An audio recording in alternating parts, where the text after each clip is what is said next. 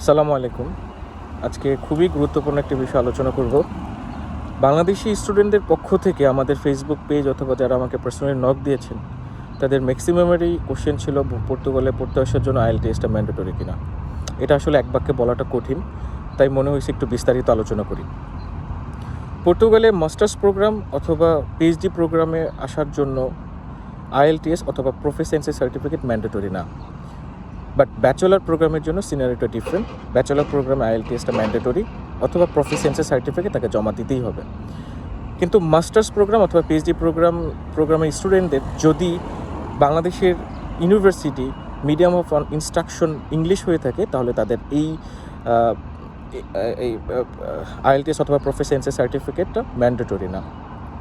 তো এটা বলার উদ্দেশ্য এটা না যে আপনাদেরকে আমি আইএলটিএস করার জন্য বা প্রফিসিয়েন্সি সার্টিফিকেট নেওয়ার জন্য নিরুৎসাহিত না। অবশ্যই যদি আপনাদের আইএলটিএস অথবা প্রফিসিয়েন্সি সার্টিফিকেট থাকে, এটা আপনারা অ্যাডমিশন প্রোকে একটা অ্যাডভান্টেজ পাবেন। এবং পাশাপাশি যারা ইংলিশ ব্যাকগ্রাউন্ডের না, তাদের একটা নিঃসন্দেহে বাংলাদেশি স্টুডেন্টের একটা জড়তা থাকে, সেই জড়তাটাও কেটে যায়। এবং যেহেতু পর্তুগালে পড়াশোনাটা ইন্টারন্যাশনাল স্টুডেন্টের জন্য পুরো প্রোগ্রামটা ইংলিশে সাজানো, তো সেই ক্ষেত্রে আপনাদের পড়াশোনা করতে সুবিধা হবে অথবা এখানে চলাচল করতেও আপনাদের সুবিধা হবে। বাট এটা ম্যান্ডেটরি হিসেবে নেওয়ার কিছু নাই।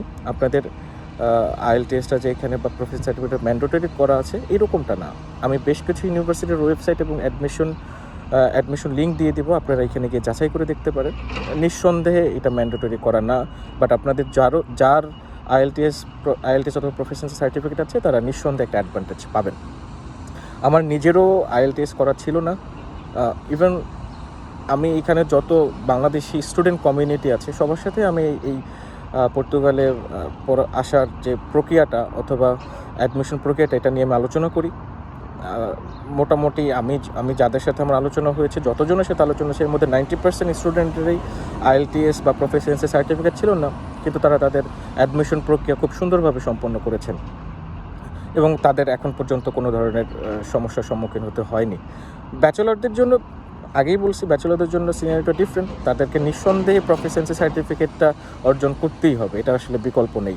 তবে মাস্টার্স প্রোগ্রাম বা পিএইচডি প্রোগ্রামের জন্য প্রফিসিয়েন্সি সার্টিফিকেট বা আইএলটিএস এটা প্রয়োজন নাই, একদমই প্রয়োজন নেই।